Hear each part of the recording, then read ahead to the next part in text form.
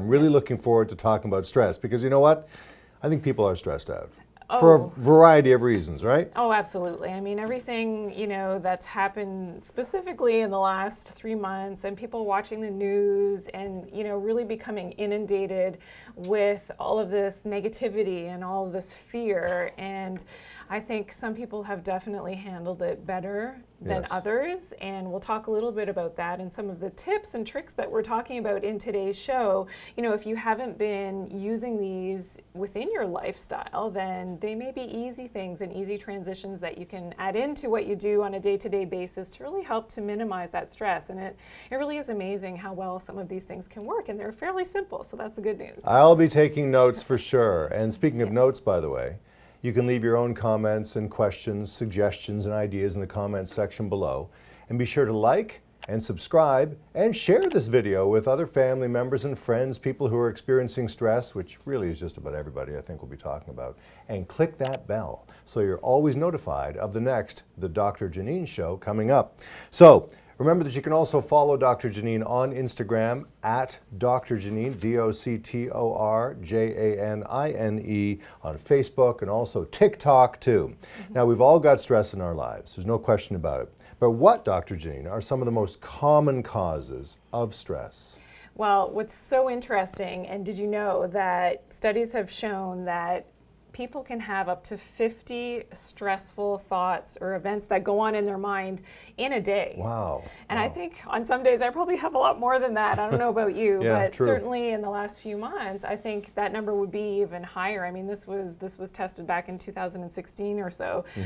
So I think definitely in world events in the last little while, I think that number would be double or maybe even triple that at least.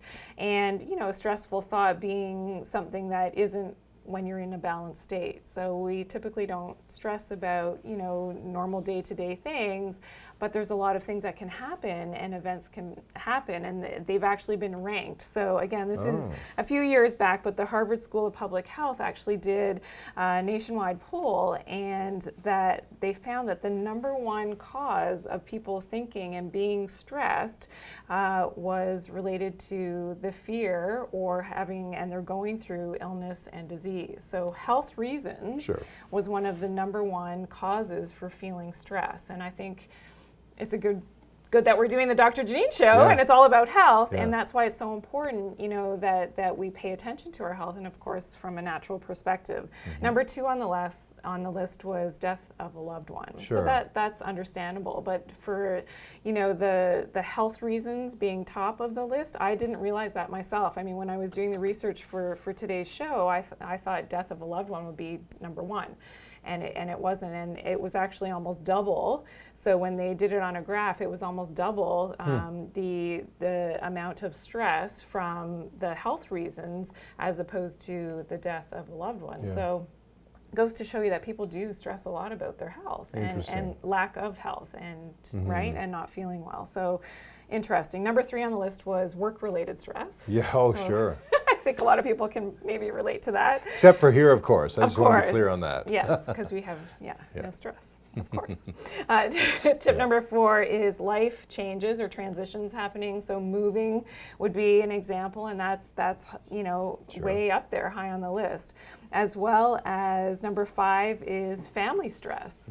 So family stress, we know, in a lot of circumstances, there's a lot of family stress. And number 6 on the list is relationship stress. Okay.